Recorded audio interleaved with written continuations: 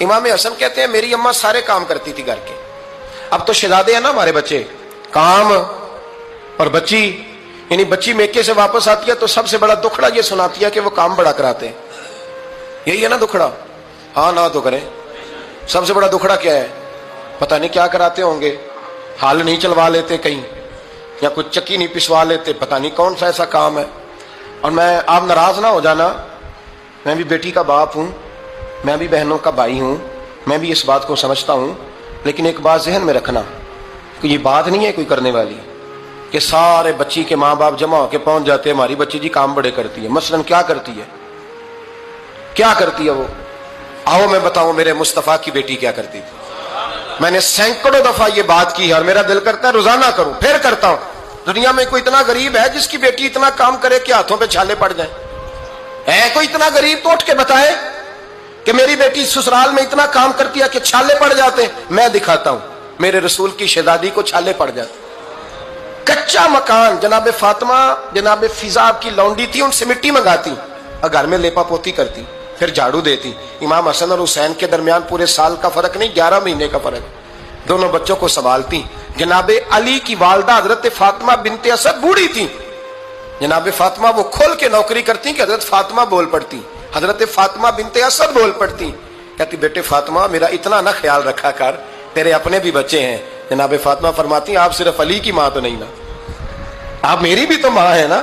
یہاں بیبیاں فلسفہ بیان کرتی ہیں, وہ کہتی ہیں جی کس حدیث میں آیا ہے ساس سسر کی خدمت فرض ہے؟ میں نے کہا کسی میں بھی نہیں آیا. ہم کیا کہہ رہے ہیں, کسی میں بھی نہیں آیا, لیکن یہ تو آیا ہے نا کہ شوہر راضی ہو تو اللہ راضی رہتا ہے. تو اگر شوہر ماں باپ کی خدمت سے راضی ہوتا ہے تو کرو خدمت, اس کو تو راضی کرنا ہے نا, اس پر تو توجہ دو. حضرت فاطمہ پھر چکی پیستی. چکی چکی یہ آسان جملہ نہیں, کہہ جاتے ہیں ہم, سن لیتے ہیں آپ. چکی پیس کر, جو پیس کر اس کا آٹا بنانا, پھر بچوں کے لیے کھانا پکانا. پھر ایک دن کہنے لگے علی آپ کی آمدن تھوڑی ہے, خرچے زیادہ, چرخا نہیں لا دیتے. فاطمہ کیا کرو گی؟ فرمایا تھوڑا سا سود بنا لیا کروں گی, تم بیچ آیا کرنا.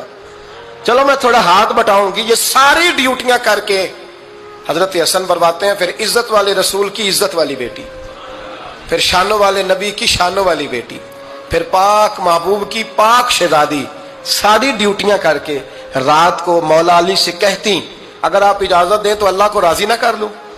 حضرت علی فرماتے فاطمہ جیسے دل کرے. تو امام حسن کہتے ہیں پھر میری ماں مصلی بچھا لیتی, مصلی, اور پھر ساری رات وہ نماز پڑھتی, ساری رات. اور فرماتے ہیں جب سویرے ہاتھ اٹھاتی تو پہلی دعا یہ کرتی اے اللہ میرے رسول کی امت پہ رحم فرما, اے اللہ میرے رسول کی امت پہ رحم فرما. تو کہتے ہیں زمانے بیت گئے یہ دعا سنتے. تو ایک دن میں قریب گیا تو میں نے کہا امی حضور کوئی دعا میرے لیے بھی کر دیں, کوئی حسین کے لیے بھی کر دیں, کوئی زینب کے لیے بھی کر دیں. ساری دعائیں امت مصطفیٰ امت مصطفیٰ امت مصطفیٰ. کتنا بڑا جملہ ہے, کتنا بڑا. شیخ محقق نے لکھا کتنا بڑا. جناب فاطمہ فرمانے لگی تیرے لیے بھی کرتی ہوں, حسین کے لیے بھی کرتی ہوں, زینب کے لیے بھی کرتی ہوں, سب کے لیے کرتی ہوں. پر بیٹا یاد رکھنا فاطمہ کی دعاؤں پر پہلا حق میرے رسول کی امت کا ہے. فاطمہ کی اصل میں بات بہت خوشی کی سنا دی میں نے آپ کو, لیکن آپ وہیں سست کے سست رہ گئے. یہ کسی عام آدمی کی دعا نہیں, پیر صاحب کی, درویش صاحب کی رٹی رٹائی دعا نہیں, یہ سیدہ فاطمہ کی دعا ہے. آپ کو اتنا بڑا خزانہ مل رہا ہے اور آپ سمجھے نہیں بات کو. حضرت فاطمہ فرمانے لگی میری دعاؤں پر سب سے زیادہ حق میرے رسول کی امت کا ہے, تو میں یہ حق ہمیشہ ادا کرتی رہوں گی, میں انہیں دعائیں ہمیشہ دیتی